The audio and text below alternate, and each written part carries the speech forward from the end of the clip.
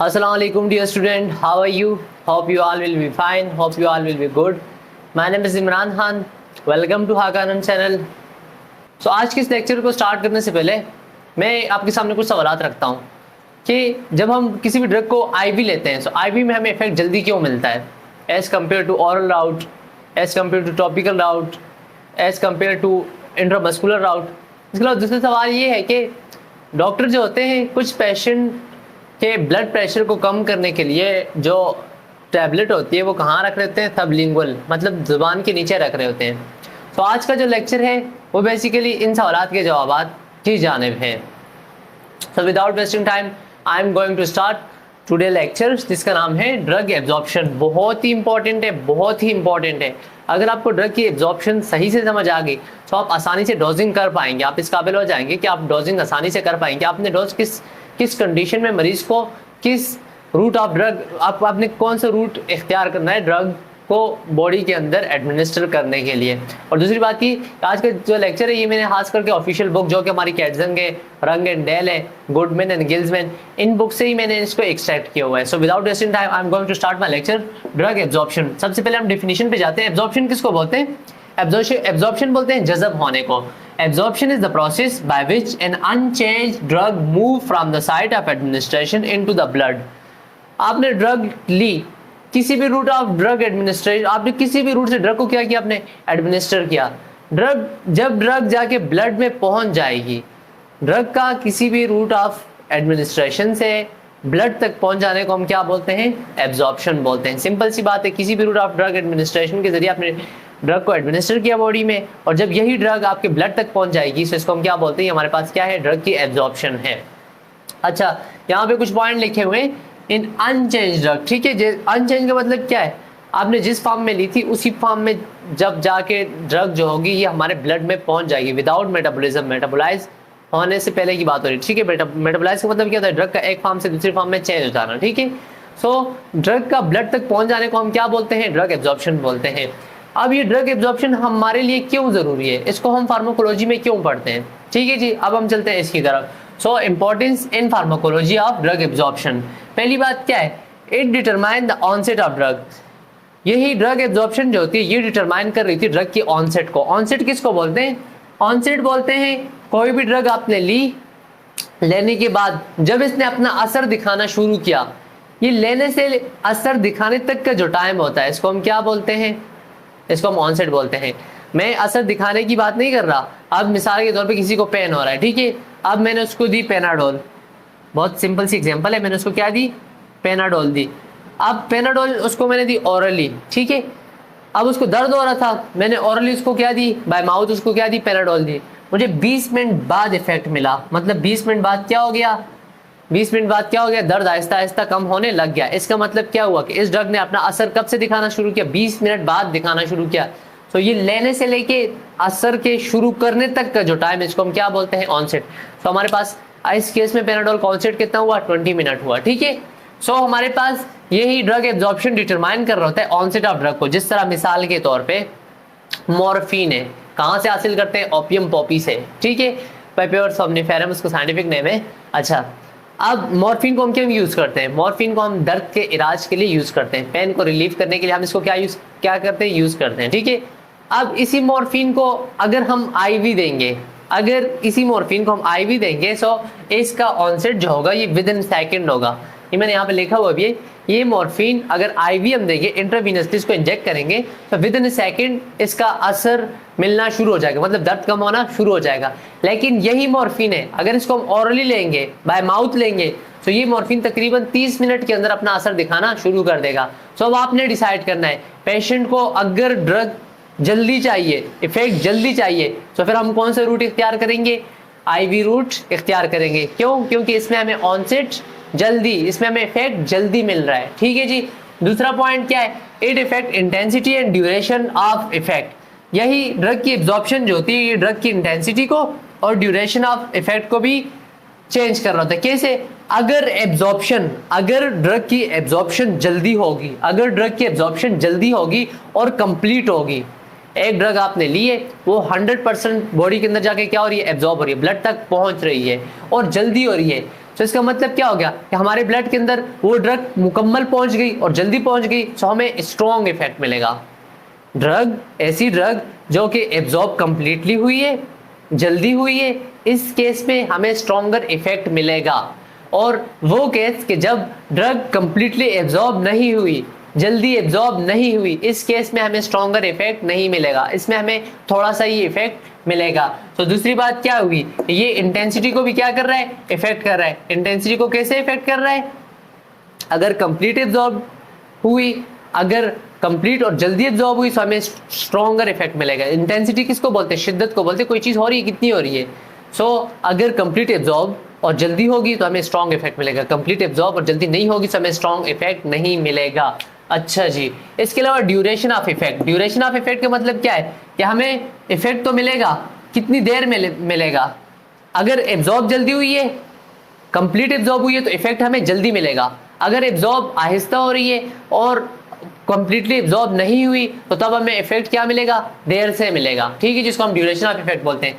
तीसरा क्या है, explain dose difference between IV and oral route. इसी एब्जॉर्प्शन की बेसिस के ऊपर हमने रूट ऑफ ड्रग एडमिनिस्ट्रेशन को सिलेक्ट करना है कि हमने कौन से रूट को फॉलो करना है ड्रग को किसी भी स्पेसिफिक पेशेंट की बॉडी में एडमिनिस्टर करने के लिए। कैसे, मिसाल के तौर पे अब मैं आपके सामने दो केसेस लिखता हूं कि हमारे पास एक ड्रग है, उसको मैं ओरली ले रहा हूं और एक ड्रग को मैं ले रहा हूं आईवी। ठीक है, अब हम एक केस स्टडी करेंगे जिसमें हमने क्या करना है, ड्रग को लेना है या ओरली या आईवी। ठीक है, ओरली लेना है या आईवी लेना है। अब अगर बात की जाए ओरली, ओरली बाय माउथ लेंगे। सबसे पहले कहाँ जाएगा, इंटेस्टाइन, सबसे पहले जाएगा स्टोमिक में, स्टोमिक के बाद कहाँ जाएगा, इंटेस्टाइन में। इसका मतलब क्या है, रास्ते में रुकावटें हैं। इंटेस्टाइन, आप लेट्स सपोज किसी ने फूड खाया हो, खाना खाया हुआ है, जिस तरह मिसाल के तौर पे जो हमारे पास फैटी फूड होती है, फैटी फूड कौन सी, चर्बी वाली फूड। ठीक है, फैटी फूड जो होती है ना, ये जो पैरास्टामोल है, पैरास्टामोल जेनरिक नेम किसका है, पैरास्टामोल जो होता है ये जेनरिक नेम है किसका, पेनाडोल का। ठीक है, तो ये पैरास्टामोल की एब्जॉर्प्शन को कम कर देती है। जो हमारे पास फैटी फूड है ये पैरास्टामोल की एब्जॉर्प्शन को क्या कर देता है, कम कर देता है। तो इसका मतलब क्या हुआ, ऑरली अगर हम किसी ड्रग को लेंगे तो उसके रास्ते में कुछ बैरियर्स हैं। पहला बैरियर तो मैंने आपको बता दिया क्या है, जीआई ट्रैक है। पहला बैरियर क्या गया, जीआई ट्रैक हो गया। इसके अलावा वो ड्रग हमारी ब्लड में शामिल होने से पहले, मैं कंप्लीट बॉडी की बात कर रहा हूँ, हेपेटिक, जो हमारे पास हेपेटिक पोर्टल वेन होती है उसके जरिए जो हमारी स्मॉल इंटेस्टाइन है, इससे ये ड्रग जा रही थी पहले लिवर के पास, और लिवर के अंदर हो रहा होता है first pass hepatic metabolism, first pass hepatic metabolism, first pass hepatic metabolism. इसको मैं आगे लेक्चर में बहुत ही डिटेल से डिस्कस करूंगा, लेकिन यहाँ में वन वर्ड में बता देता हूँ कि लिवर के अंदर एंजाइम्स हैं जो कि इस ड्रग को तोड़ रहे होते हैं, इस ड्रग को एक फॉर्म से दूसरी फॉर्म के अंदर चेंज कर होते हैं। एक्टिव ड्रग को इनएक्टिव कर देते हैं, बाज़ औक़ात इनएक्टिव ड्रग को एक्टिव कर देते हैं, मतलब एक फॉर्म से दूसरी फॉर्म के अंदर ड्रग को क्या कर होते हैं, चेंज कर होते हैं। तो इसका मतलब क्या हुआ कि मैंने ड्रग जिस फॉर्म में ली थी, जिस फॉर्म में मैंने ड्रग ली थी, ये जाके लिवर में क्या होगी, चेंज होगी। तो इसका मतलब क्या हुआ, अगर मैं कोई ड्रग ओरली ले रहा हूं तो पहला बैरियर क्या गया, ये हमारा जीआई ट्रैक आ गया। साथ साथ में हमारे लिवर के अंदर फर्स्ट पास हेपेटिक मेटाबॉलिज्म भी ड्रग की कंसंट्रेशन को क्या कर रहा है, कम कर रहा है। अब दूसरा हो हमारे पास आईवी रूट, आईवी में डायरेक्टली ड्रग को ले रहा हूं और ब्लड के अंदर क्या कर रहा हूं, इंजेक्ट कर रहा हूं। तो यहाँ पे हमारे पास 100% एब्जॉर्प्शन हो रही है कि नहीं। सो हमारे पास आईवी की केस में एब्जॉर्प्शन क्या हो रही है, 100 केस हो रही है, जबकि हमारे पास ओरली 100% एब्जॉर्प्शन नहीं हो रही। जिस तरह मिसाल के तौर पे नाइट्रोग्लिसरीन, ऑलरेडी मैं एग्जांपल ले चुका हूं, नाइट्रोग्लिसरीन। ठीक है, ये हमारे पास एक ड्रग है जो कि क्या कर रही होती है, वेज़ोडाइलेशन कर रही थी। ठीक है, ये इंशाल्लाह ताला हम इंजाना के चैप्टर में पढ़ेंगे बहुत डिटेल से। नाइट्रोग्लिसरीन क्या करती है, वेज़ोडाइलेशन कर रही थी, जिससे हमारा बीपी एकदम क्या हो जाता है, गिर जाता है। अगर इसी नाइट्रोग्लिसरीन को मैं ओरली दूंगा, अगर इसको मैं क्या दूंगा, ओरली बाय माउथ दूंगा, सो 90% नाइट्रोग्लिसरीन जो होती है ना, 90%, ये नोट कर लो, बहुत इंपॉर्टेंट पॉइंट है, 90% नाइट्रोग्लिसरीन जो होगा ना, ये फर्स्ट पास हेपेटिक मेटाबॉलिज्म में क्लियर हो जाएगी। तो पीछे 10% रह गया, अब 10% से हमें कोई इतना इफेक्ट नहीं मिलेगा। तो तब हम क्या कर रहे होते हैं, हम नाइट्रोग्लिसरीन को ओरली नहीं देते हैं, नाइट्रोग्लिसरीन को हम किस फॉर्म में दे रहे होते हैं, सबलिंगुअली इसको दे रहे होते हैं। ठीक है जी, तो हमारे पास एक्सप्लेन डोज डिफरेंस, पहली बात क्या होगी। अब हमने पहली बात क्या हुई, अगर हम आईवी देंगे, आईवी के अंदर हमें इतनी डोज नहीं चाहिए क्योंकि आईवी के अंदर एब्जॉर्प्शन 100% हो रही है, लेकिन मैं ओरली दूंगा तो ओरली के अंदर फिर मैं डोज ज्यादा दूंगा, क्योंकि कुछ डोज जो होगी वो हमारे पास जीआई ट्रैक्ट के अंदर डैमेज हो जाएगी, वो एक फार्म से दूसरी फार्म के अंदर क्या हो जाएगी, कन्वर्ट हो जाएगी। इसके अलावा ये मैंने आपको बता दिया आईवी और ओरल रूट के अलावा, इसके अलावा basis for understanding bio availability in first pass hepatic metabolism.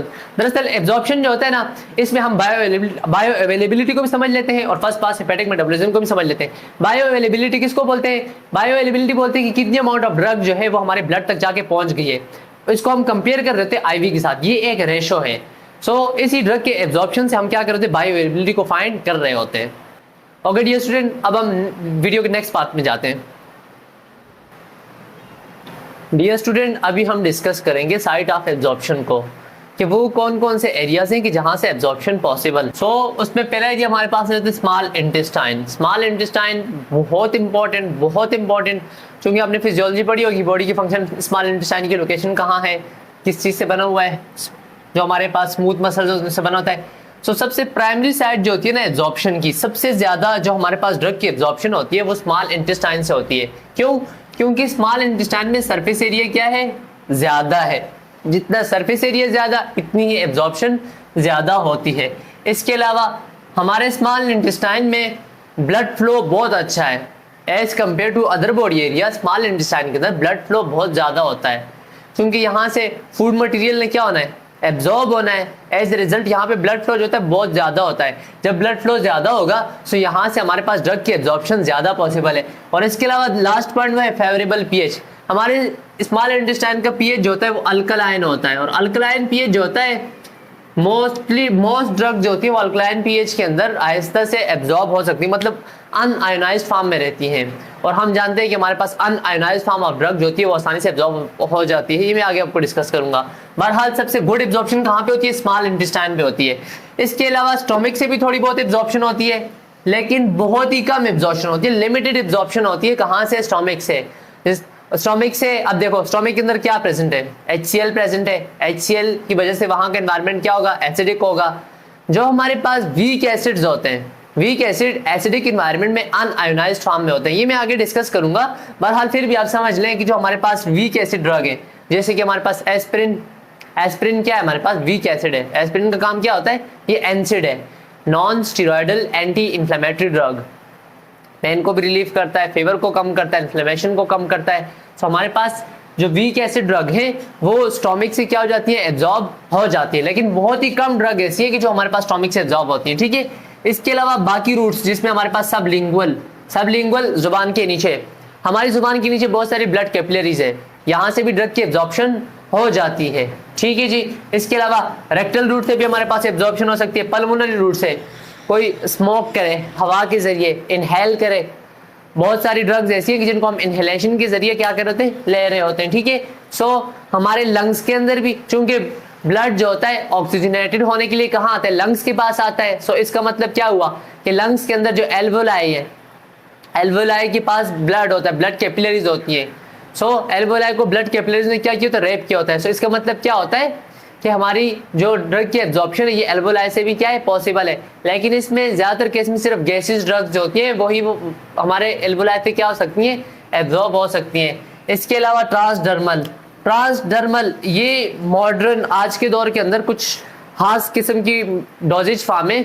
इसमें हमारे पास एक पेच होता है, लेट्स सपोज ये एक छोटा सा पेच है। ठीक है, इस पेच को हम क्या, इसके अंदर हमने ड्रग को क्या किया होता है, मतलब हमने इस पेज को स्पेसिफिक मेडिकेशन को इसके अंदर डाल के रखा होता है, इसको हम क्या करते हैं, अपनी बॉडी के ऊपर अप्लाई कर रहे होते हैं।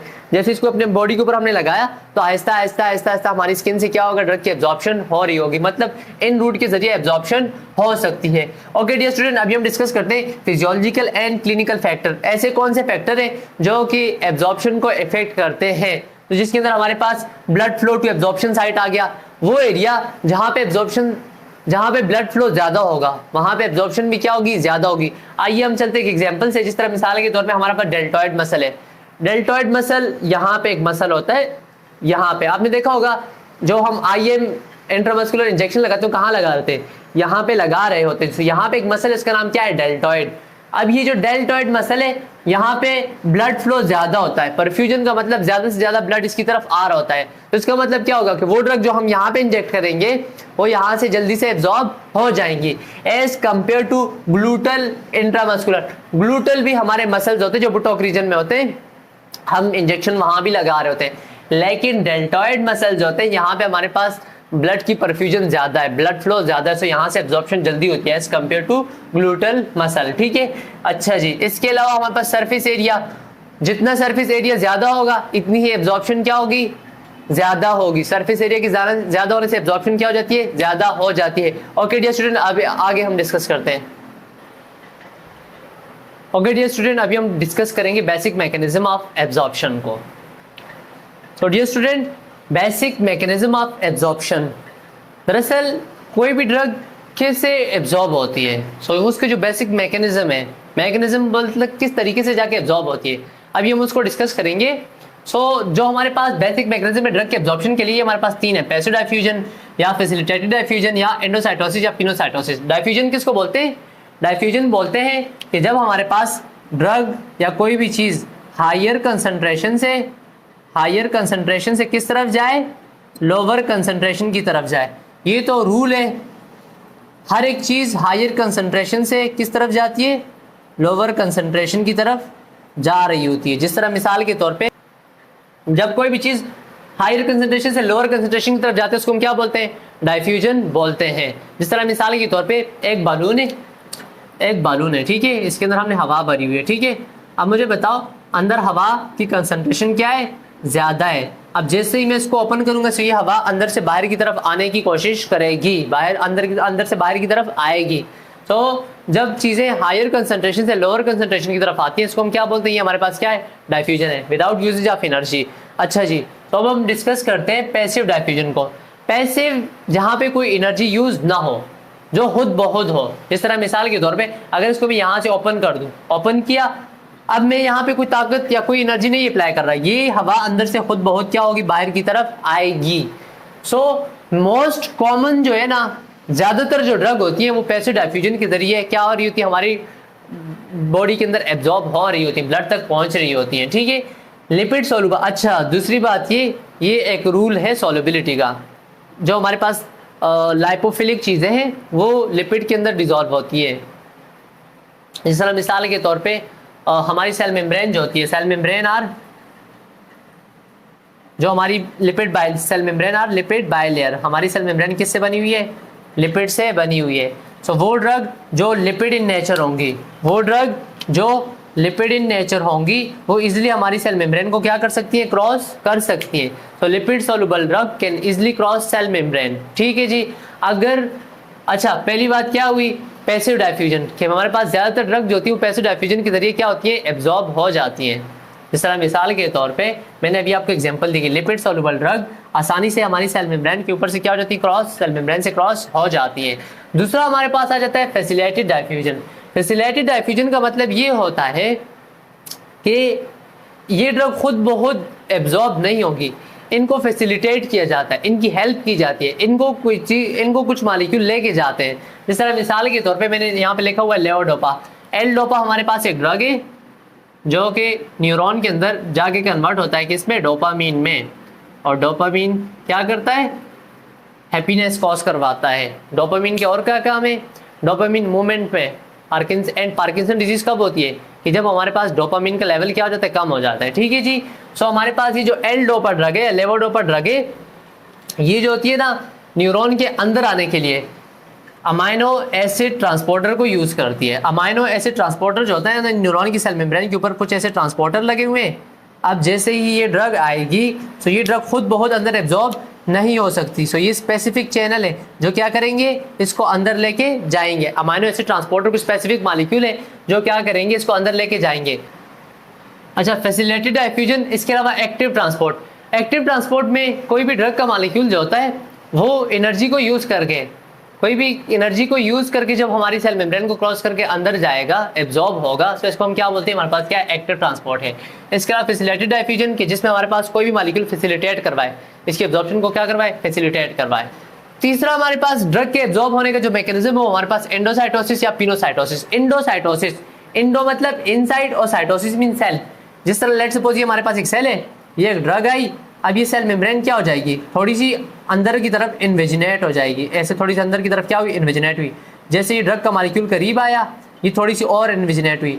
होते होते ये क्या कर लेगी, इस ड्रग के मॉलिक्यूल को अंदर ले लेगी, इस ड्रग के मालिक्यूल को अंदर ले लेगी और दोबारा से क्या हो जाएगी, ऊपर से क्लोज हो जाएगी। इसको हम क्या बोलते हैं, एंडोसाइटोसिस बोलते हैं। एंडोमीन इनसाइड और साइटोसिस मीन सेल। साइटोसिस का मतलब क्या हुआ, सेल हुआ। कि सेल जब क्या करे, किसी भी ड्रग के मालिक्यूल को अपनी इन्वेजिनेट, सेल मेम्ब्रेन इन्वेजिनेट हो के इसको अपने अंदर ले ले, इसको हम क्या बोलते हैं, एंडोसाइटोसिस। इसी तरह पिनोसाइटोसिस बोलते हैं सेल ड्रिंकिंग प्रोसेस। बहरहाल ये तो बहुत कम होता है, एंडोसाइटोसिस वैसे रेयर केसेस में होता है, लेकिन एंडोसाइटोसिस होता है। जिस तरह मिसाल के तौर पर विटामिन B12 जो होता है ना, ये एंडोसाइटोसिस के प्रोसेस से हमारे पास सेल के अंदर क्या होता है, एब्जॉर्ब हो रहा होता है। ये रूट जो ये बहुत ही मतलब ये जो मैकेनिज्म है ये बहुत ही रेयर है, use by very large molecule. जो हमारे पास लार्ज मालिक्यूल है उनके लिए हमारे पास एंडोसाइटोसिस या पिनोसाइटोसिस का प्रोसेस हो रहा है। So dear student, drug absorb होने की जो बेसिक मैकेनिज्म है वो 3 है। पैसिव ट्रांसपोर्ट या पैसिव डाइफ्यूजन जिसको बोल सकते हो। इसके अलावा फैसिलिटेटेड डाइफ्यूजन, एंडोसाइटोसिस और पिनोसाइटोसिस। ओके डियर स्टूडेंट, अभी हम कुछ फैक्टर को डिस्कस करते हैं जो कि हमारे पास ड्रग एब्जॉर्प्शन को इफेक्ट करते हैं। Dear student, factor of drug absorption, ठीक है, ऐसे कौन से dear student, factor affecting drug absorption, ठीक है, ऐसे कौन से फैक्टर हैं कि जो ड्रग की एब्जॉर्प्शन को इफेक्ट कर रहे हैं। पहला हमारे पास रहता है साइज ऑफ ड्रग।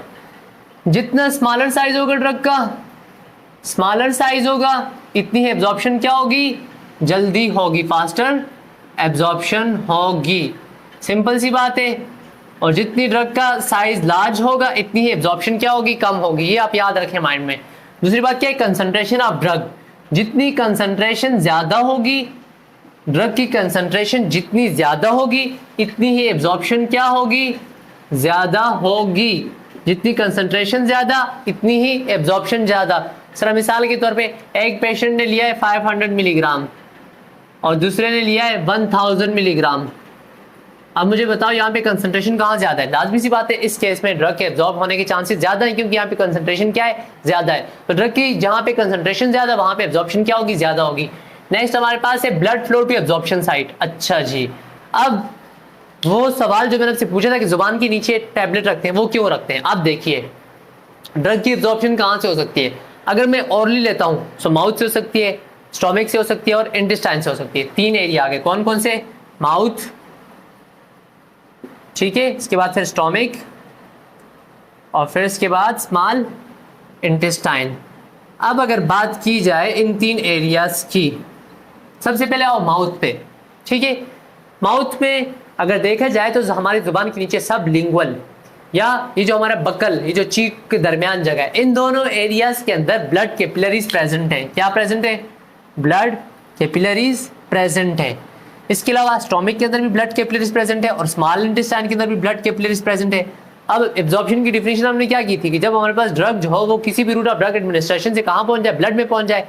अगर यहाँ पे देखा जाए तो हमारे जुबान के नीचे बहुत सारी ब्लड कैपिलरीज प्रेजेंट हैं जहाँ पे ड्रग की एब्जॉर्प्शन आसानी से हो सकती है। अब जैसे ही हम टैबलेट को यहाँ रखेंगे, जुबान के नीचे रखेंगे, इसका मतलब क्या होगा कि वो यहाँ पे ब्लड कैपिलरीज ज्यादा प्रेजेंट है ना, तो ये ड्रग जल्दी से यहाँ से क्या हो जाएगी, एब्जॉर्ब हो जाएगी। तो तभी डॉक्टर जो होते हैं ओरली बाय माउथ देने की क्या कर रहे थे, जुबान के नीचे रख रहे होते हैं। अब आओ स्टोमक के ऊपर, स्टोमक के अंदर कोई इतनी खास ब्लड कैपिलरीज नहीं है, सो यहाँ से एब्जॉर्प्शन कम होती है। अब आओ small intestine, so small intestine के अंदर एरिया भी ज्यादा है और ब्लड कैपिलरीज भी क्या है, ज्यादा है। तो सबसे ज्यादा ड्रग की एब्जॉर्प्शन कहाँ से होगी, स्टोमक और इंटेस्टाइन की केस में इंटेस्टाइन से होगी। इसके अलावा हमारे माउथ में बकल से भी हो सकता है और सबलिंगुअल रूट से भी ड्रग की एडमिनिस्ट्रेशन या एब्जॉर्प्शन हो सकती है। इसके अलावा अगला हमारे पास है total surface area available for absorption. बहुत इंपॉर्टेंट पॉइंट है ये, वो जगह। अब इन तीनों में देखो, माउथ में, स्टोमक में, स्मॉल इंटेस्टाइन में सबसे ज्यादा सरफेस एरिया कहाँ पे है। अब जुबान के नीचे अगर देखा जाए तो इतनी बड़ा एरिया नहीं है, स्टोमक में अगर देखा जाए इतना बड़ा एरिया नहीं है, लेकिन स्मॉल इंटेस्टाइन में ब्लड कैपिलरीज बहुत ज्यादा होती हैं। आपने फिजियोलॉजी पढ़ी होगी, विली होती है, फिर माइक्रोविली होती है, इसके अंदर 1000 टाइम्स ज्यादा फोल्ड्स होते हैं एज कम्पेयर टू स्टोमक। अब इसके अंदर सरफेस एरिया ज्यादा है। जब सरफेस एरिया ज्यादा है, अब हम जानते हैं जो हमारे पास एब्जॉर्प्शन है इसका सरफेस एरिया से बहुत ही गहरा ताल्लुक है। जिस मिसाल को तो मैं आपको सिंपल सी एग्जांपल देता हूँ। अब आओ, एक है ये एरिया, एक है ये एरिया। अब मुझे बताओ यहाँ से एब्जॉर्प्शन ज्यादा होगी, यहाँ पे सरफेस एरिया ज्यादा है, ज्यादा से ज्यादा मॉलिक्यूल यहाँ पे आ पाएंगे, एज ए रिजल्ट यहाँ से एब्जॉर्प्शन क्या होगी, ज्यादा होगी। नेक्स्ट हमारे पास है contact time at absorption surface. ये पॉइंट भी बहुत इंपॉर्टेंट है कि ड्रग हमारे एब्जॉर्प्शन सरफेस के साथ कितने टाइप कॉन्टेक्ट में रह रही है। अब मिसाल के तौर पे एक पेशेंट है, उसने ऑरली क्या ली, टैबलेट ली, ठीक है, और उसको डायरिया भी हुआ है। क्या हुआ है? डायरिया। डायरिया क्या होता है? जिसमें हमारे पास जीआई की मूवमेंट क्या हो जाती है, जीआई की मूवमेंट बढ़ जाती है। जीआई की मूवमेंट मतलब हमारे इंटेस्टाइन की मोटिलिटी क्या हो जाती है, बहुत बढ़ जाती है, जिसकी वजह से फूड जो होती है वो इंटेस्टाइन में इतना टाइम नहीं रहती है, डायरेक्टली क्या हो जाती है, वाटरी फीसिस की फॉर्म में हमारी बॉडी से निकल जाती है, ठीक है। डायरिया, अब इन केस ऑफ डायरिया अगर आप कोई भी टैबलेट उसको ऑरली देंगे, सो उस ड्रग ने जाके इंटेस्टाइन में इतने टाइम नहीं ठहरना, उसने क्या हो जाना है, फीसिस के साथ बॉडी से रिमूव हो जाना है। So in case of diarrhoea absorption क्या हो जाएगी, कम हो जाएगी, क्योंकि हमारे इंटेस्टाइन से ड्रग का कॉन्टैक्ट टाइम क्या हो रहा है, कम हो रहा है, क्योंकि डायरिया में हमारे इंटेस्टाइन की मोटिलिटी बहुत बड़ी होती है। एज ए रिजल्ट ड्रग जल्दी जल्दी हमारी बॉडी से क्या होती है, एक्सक्रीट आउट हो रही होती है। इसके अलावा अब एक नेक्स्ट पॉइंट है कि हमारे पास ड्रग का पीएच, ड्रग की पीएच जो होती है ड्रग को कैसे ड्रग की एब्जॉर्प्शन को कैसे अफेक्ट करती है, बहुत इंपॉर्टेंट पॉइंट। आइए अब हम इसको डिस्कस करते हैं। Effect of pH on drug absorption, ये बहुत इंपॉर्टेंट है, ये थोड़ा सा कंफ्यूज भी करता है बंदे को। अब हम इसको डिस्कस करते हैं। पहले तो आपने रूल याद करना है, non ionised form cross sell membrane faster. Drug की जो नॉन आयोनाइज्ड फॉर्म होती है वो सेल मेम्ब्रेन को जल्दी से और तेजी से क्रॉस कर सकती है। लेट्स सपोज मैं नॉन आयोनाइज समझते हो ना, नॉन आयोनाइज का मतलब क्या, कि उसके ऊपर कोई चार्ज ना आया हो। आयोनाइज चार्ज, नॉन आयोनाइज जिसके ऊपर कोई चार्ज ना हो। तो वो ड्रग जो नॉन आयोनाइज्ड होंगे, जिनके ऊपर कोई चार्ज नहीं होगा, वो सेल मेम्ब्रेन को आसानी से क्रॉस कर जाएंगे, ठीक है। रूल याद हो गया। अब देखो लेट्स सपोज, अब हम बात करते हैं सबसे पहले एसिडिक ड्रग की, ठीक है। ये हमारे पास let's suppose weak acid drug है। ये क्या है, वीक एसिड ड्रग है। अब अगर देखा जाए इसके ऊपर कोई चार्ज नहीं है, जब ये टूटेगा H पॉजिटिव बना प्लस A नेगेटिव बना। एसिड जब टूटते हैं क्या रिलीज करते हैं, हाइड्रोजन रिलीज करते, according to Arrhenius concept. Arrhenius ने क्या कहा था, एसिड क्या होते हैं, जो हाइड्रोजन आयन देते हैं, जब वो डिसोसिएट होते हैं तो क्या देते हैं, हाइड्रोजन आयन देते हैं। अब मुझे बताओ, इस फॉर्म में ये अनआयोनाइज्ड है, इस फॉर्म में ये क्या है, अनआयोनाइज्ड है। एसिडिक ड्रग की बात करूं, अच्छा, जो वीक एसिड होते हैं, इस फॉर्म में ये क्या हो रहे हैं, आयोनाइज्ड हो रहे हैं। इस फॉर्म में क्या हो रहे हैं, आयोनाइज्ड। एसिडिक ड्रग जो होती है ना, वो एसिडिक इन्वायरमेंट के अंदर क्या होती है, अनआयोनाइज्ड होती है। एसिडिक ड्रग एसिडिक इन्वायरमेंट के अंदर क्या है, अनआयोनाइज्ड है। तो इसका मतलब क्या होगा, एसिडिक ड्रग जो होगी वो एसिडिक इन्वायरमेंट के अंदर जब अनआयोनाइज्ड है तो यहाँ से वो आसानी से एब्जॉर्ब हो सकती है। सो इसीलिए मैंने यहाँ पे लिखा हुआ है weak acid absorb better in acidic pH. और एसिडिक पीएच कहाँ होती है, मुंह में होती है ना, स्टोमिक में होती है, ठीक है, क्योंकि स्टोमिक के अंदर क्या प्रेजेंट है, HCl प्रेजेंट है। HCl हमारे पास क्या है, एसिड है। HCl हाइड्रोक्लोरिक एसिड, तेजाब, ठीक है, वो क्या होता है, एसिड होता है। तो इसीलिए हमारे पास स्टोमिक इन्वायरमेंट क्या है, एसिडिक इन्वायरमेंट है। और वीक एसिड ड्रग जो होती है ना, वो एसिडिक इन्वायरमेंट के अंदर अनआयोनाइज्ड फॉर्म में, तो इसलिए यहाँ से आसानी से क्या हो जाती है, एब्जॉर्ब हो जाती है। अब यही ड्रग जैसे ही बेसिक इन्वायरमेंट में जाएगा तो ये टूट जाएगा, आयोनाइज फॉर्म में आ जाएगा। जब ये आयोनाइज फॉर्म में होगा तो इसकी एब्जॉर्प्शन जल्दी नहीं होगी। और एसिडिक ड्रग की एग्जांपल क्या है, एस्पिरिन। एस्पिरिन हमारे पास क्या है, NSAID, non steroidal anti inflammatory drug.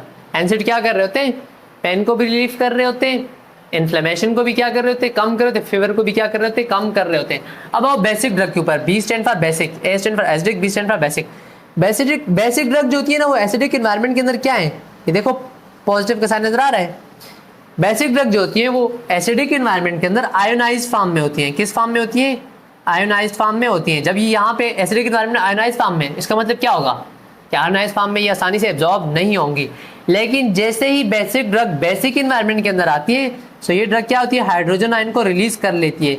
जब ये हाइड्रोजन आयन को रिलीज कर लेती है तो ये हमारे पास किस फॉर्म में आ गया, अनआयोनाइज्ड फॉर्म में आ गया। हमारा हाइड्रोजन आयन से कोई वास्ता नहीं, हमें ये ड्रग चाहिए।